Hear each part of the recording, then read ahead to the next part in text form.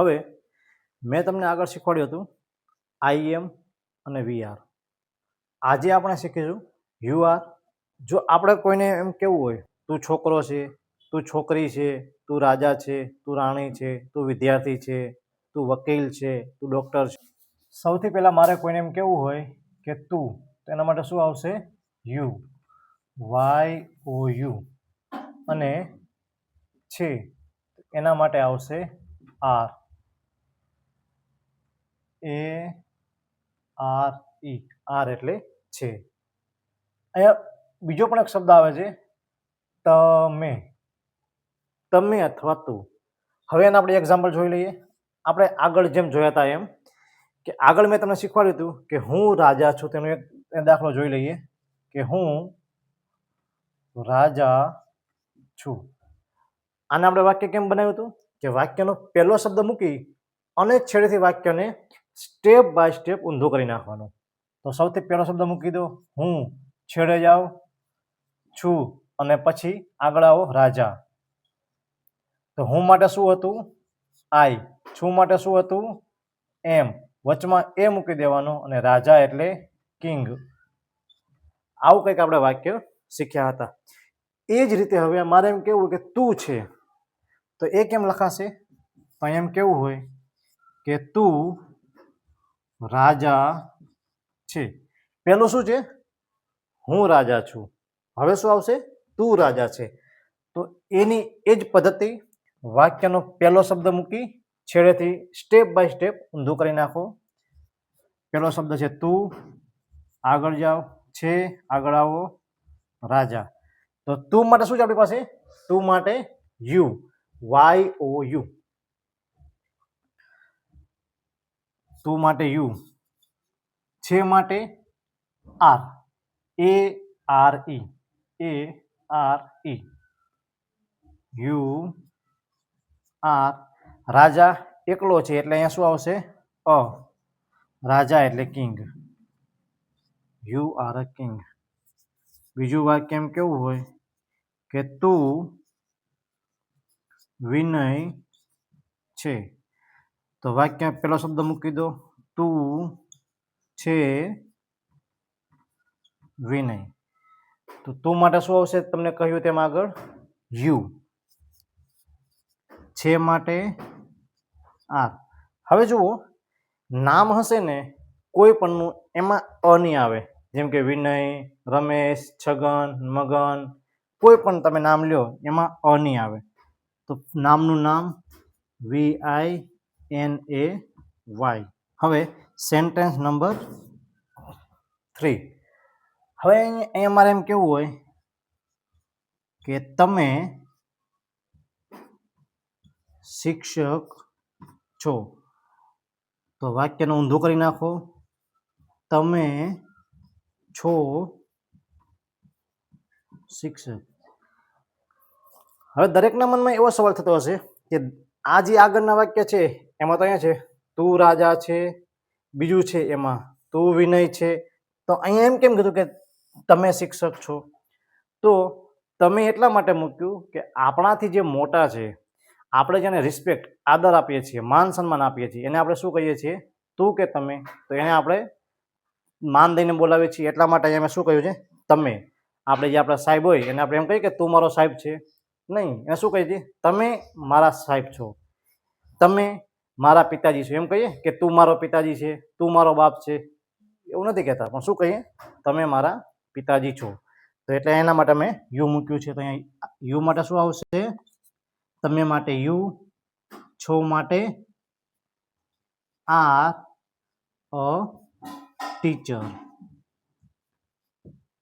હવે જુઓ, અહીંયા એકની વાત થઈ છે, પરંતુ અહીંયા મારે ઘણા બધાની વાત કરવી હોય તો એના માટે શું આવશે?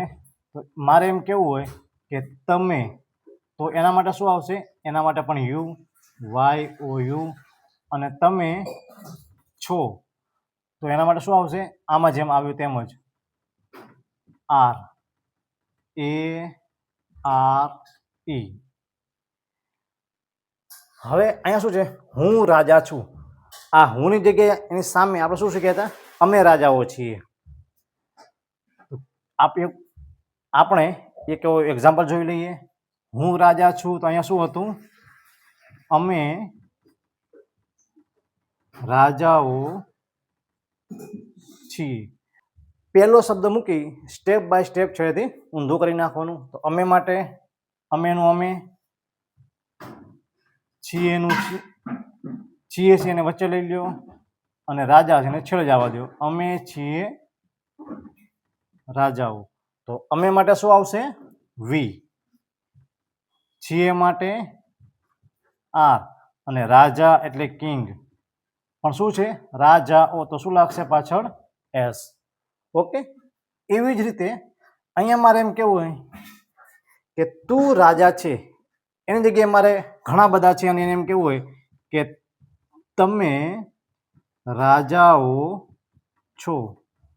તો વાક્યનો પહેલો શબ્દ મૂકી જે રીતે આમાં વાક્ય બન્યા છે એ જ રીતે આમાં બનશે. પહેલો શબ્દ મૂકી છેડેથી ઊંધું કરી નાખો. તમે છો રાજાઓ. તમે માટે શું આવશે? યુ. છો માટે આર. રાજાઓ. તો રાજા માટે કિંગ ને રાજાઓ માટે શું આવશે? એસ.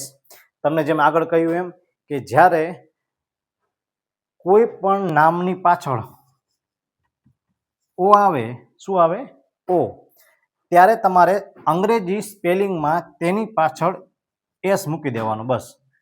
જેમ કે રાજા તો રાજાઓ, છોકરી તો છોકરીઓ, છોકરો તો છોકરાઓ, ગાય તો ગાયો, ખેતર તો ખેતરો, ઘર તો ઘરો, મકાન તો મકાનો, ગામ તો ગામડાઓ, નદી નદીઓ, દેશ દેશો, એવી રીતે. બરાબર? તો જ્યાં પણ ઓ આવે ત્યાં શું મૂકી દેવાનું પાછળ? ઓ. બીજું લઈએ. અહીંયા મારે એમ કેવું હોય કે તમે શિક્ષકો છો. વાક્યનો પહેલો શબ્દ મૂકી ઊંધું કરી નાખો. તમે છો શિક્ષકો. હવે જો ઘણા વિદ્યાર્થીને એવો સવાલ થશે કે અહીંયા પણ જે એક વચનનું છે એમાં પણ લખ્યું છે કે તમે શિક્ષક છો, અહીંયા પણ એમ લખ્યું છે કે તમે શિક્ષકો છો. પણ એક વસ્તુ વિચારો કે અહીંયા શું છે? ફક્ત શિક્ષક, શિક્ષક, અને અહીંયા શું છે? શિક્ષકો. એટલે પાછળ ઓ આવ્યો એટલે શું લાગશે પાછળ? એસ. તો ફટાફટ બનાવો. તમે માટે શું આવશે? યુ. છો માટે આર. શિક્ષકને કહેવાય ટીચર, TEACHER, પણ શું લાગશે પાછળ? એસ. ટીચર્સ. તમે ખેડૂતો છો. હવે પહેલો શબ્દ મૂકી વાક્યને ઊંધો કરી નાખો. તમે છો ખેડૂતો. તમે માટે શું આવશે? યુ. છો માટે આર. ખેડૂત એટલે ફાર્મર, FARMERS, ફાર્મર્સ. ઓકે. તો આવી જ રીતે આ જ પદ્ધતિથી આપણે વાક્ય બનાવવાના છે. તો જે વિદ્યાર્થીઓ જેમ આઈએમ વાળા બનાવ્યા, વીઆર વાળા બનાવ્યા, એવી જ રીતે યુઆર અને યુઆર એ જ રીતે વાક્ય બનાવવાના છે. તો જો તમને વિડીયો સારો લાગ્યો હોય તો વિડીયોને લાઇક કરો, શેર કરો અને કમેન્ટ કરવાનું નહીં ભૂલતા. અને આપણા ફેસબુક પેજ છે તેને પણ અવશ્ય ફોલો કરી લેજો. આ મેં તમને સમજાવ્યા છે. આ યુઆર એટલે આ એક વચનના છે, આ યુઆર બહુવચનના છે, અને અહીંયા એના વાક્યો લખ્યા છે કે જેનો તમારે મહાવરો કરવાનો છે. જેમ કે તું મહેશ છે, તું રાણી છે, તમે છોકરીઓ છો. તો એ તમારે જોવાનું છે કે ક્યાં તું છે, ક્યાં તમે છો, ક્યાં એક વચન છે, ક્યાં બહુવચન છે. અને અહીંયા દરેકના જે લાઈન છે એ મુજબ દરેકના સ્પેલિંગ અહીંયા લખ્યા છે. જે સ્પેલિંગ બીજી વખત હશે એનો સ્પેલિંગ આની અંદર જ હશે. એટલે એવું નહીં હોય કે જેમ કે અહીંયા મહેશ છે તો મહેશનું છે, રાણી તો રાણી છે. તો અહીંયા જો રાણી આ બીજા વાક્યમાં, તો રાણીનો અહીંયા છે તો એની જગ્યાએ રાણી અહીંયા પણ છે 20મા નંબરમાં. તો ફરી પાછું 20 પછી નથી લખ્યું. એટલે દરેકનો સ્પેલિંગ પણ અહીંયા આવી ગયો છે. તો ચાલો દરેક છે તે આ મુજબ વાક્ય બનાવવાના છે. તો ચાલો બનાવો જઈએ. એકદમ ઇઝી છે. થોડું ધ્યાન આપશો એટલે આરામથી આવડી જશે. ચાલો દરેક બનાવજો આ મુજબ વાક્ય. દરેક વિદ્યાર્થીઓ લખી નાખ્યા છે. હવે એને સાઈડમાં મૂકો અને અહીંયા હવે આપણે એક જોઈ લઈએ કે દરેકના વાક્ય સાચા છે કે ખોટા છે. તો અહીંયા હું દરેક વાક્ય લખ્યા છે એ બધા આપણે લખીએ છીએ. તું મહેશ છે તો વાક્ય ઊંધું કરી નાખો. તું છે મહેશ તો તું માટે શું આવશે? યુ. છે માટે આર. મહેશ એ નામ છે એટલે એમાં અ નહીં લાગે અને મહેશનું મહેશ, યુ આર મહેશ. તું રાણી છે તો તું માટે શું આવશે? યુ. છે માટે આર. રાણી જાતિ છે એટલે અ, રાણી એટલે queen, Q U double E N. તમે છોકરીઓ છો, આ જો અહીંયા બહુવચનનું રૂપ છે. છોકરી એક નહીં પણ ઘણી બધી છે. તો શું છે? તમે છોકરીઓ છો. તમે માટે શું આવશે? યુ. છો માટે આર, GIRL. પણ છોકરીઓ છે તો શું લાગશે? એસ. એવી રીતે તમે રમીલાબેન છો. અહીંયા જુઓ આ શું છે? તમે રમીલાબેન છો. રમીલાબેન આપણા કરતા મોટા છે એટલે એને આપણે આદર આપીએ છીએ, માન આપીએ છીએ. રમીલાબેન એક જ છે છતાં એમાં માન દઈને એટલે તમે આવ્યું છે. તો તમે માટે શું આવશે? યુ. છે માટે આર. નામ છે એટલે અ નહીં આવે. રમીલાબેનનું રમીલાબેન. તું મનીષા છે તો તું માટે શું આવશે? યુ. છે માટે આર અને નામ છે એટલે અ નહીં આવે. મનીષાનું મનીષા. તું કાજલ છે તું માટે શું આવશે? યુ. છે માટે આર. કાજલનું કાજલ. વચમાં અ નથી મૂક્યો. શા માટે? નામ છે એટલા માટે. તમે દિનેશભાઈ છો તો તમે માટે શું આવશે? યુ. છો માટે આર. દિનેશભાઈનું દિનેશભાઈ. તમે વકીલો છો. જો અહીંયા શું આપ્યું છે? તમે વકીલો છો. વકીલો ઘણા બધા છે તો અહીંયા તમે માટે શું આવશે? યુ. છો માટે આર. વકીલ LAWYER. લોયર એટલે વકીલ, પરંતુ વકીલો છે શું લાગશે? એસ. એવી રીતે યુ આર ડોક્ટર્સ. ઘણા બધા છે એટલા માટે. તમે વિનય સર છો. You are Vinay sir. બરાબર. તું વિદ્યાર્થી છે તો તું માટે શું આવશે? યુ. છે માટે આર. વિદ્યાર્થી એકલો છે એટલે અ લાગશે અને સ્ટુડન્ટ એટલે વિદ્યાર્થી STUDENT. તું છોકરી છે તું માટે શું આવશે? યુ. છે માટે આર. છોકરી એકલી છે એટલે અ લાગશે અને છોકરી એટલે ગર્લ, GIRL. તું ભરવાડ છે તો તું માટે યુ. છે માટે આર. અ અને ભરવાડ એટલે શેફર્ડ, SHEPHERD. તું કુંભાર છે તું માટે શું આવશે? યુ. છે માટે આર. પોટર એટલે કુંભાર, POTTER. તું સોની છે તું માટે યુ. છે માટે આર. અમુકી સોનીમાં ગોલ્ડસ્મિથ, GOLDSMITH. તમે મહેશભાઈ છો તો તમે માટે શું આવશે? યુ. છો માટે આર. જો અહીંયા પણ તમે છે અને અહીંયા પણ તમે છે. તમે મહેશભાઈ છો. અહીંયા શું છે? તું મહેશ છે. આપણાથી નાનો છે એટલે એને તું કીધું છે. આપણાથી મોટા છે એટલે એને માન દઈને બોલો એટલા માટે તમે આવ્યું છે. You are. નામ છે અ નહીં આવે એમાં મહેશભાઈનું મહેશભાઈ. તું છોકરો છે તું માટે યુ. છે માટે આર. એકલો છે એટલે અ અને છોકરો એટલે બોય. તમે છોકરાઓ છો ઘણા બધા. તમે માટે શું આવશે? યુ. છો માટે આર. છોકરાઓ છે. છોકરો એટલે બોય અને શું લાગશે? એસ. અહીં જો બે વાક્ય સરખા છે. તું છોકરો છે, તમે છોકરાઓ છો.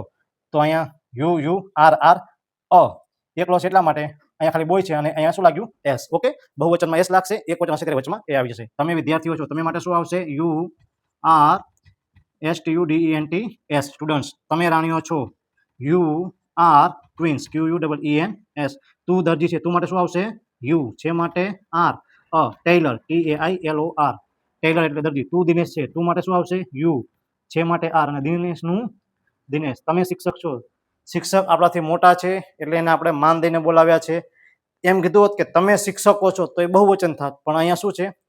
તમે શિક્ષક છો. એક છે પણ આપણે માન દઈને બોલાવ્યા છે એટલા માટે અહીંયા શું આવશે? You are a teacher. You are a teacher, TEACHER. Okay. આ રહ્યા વાક્ય. હવે આમાં દરેક સરખાવી લ્યો કેના વાક્યમાં ક્યાં ભૂલ છે તે.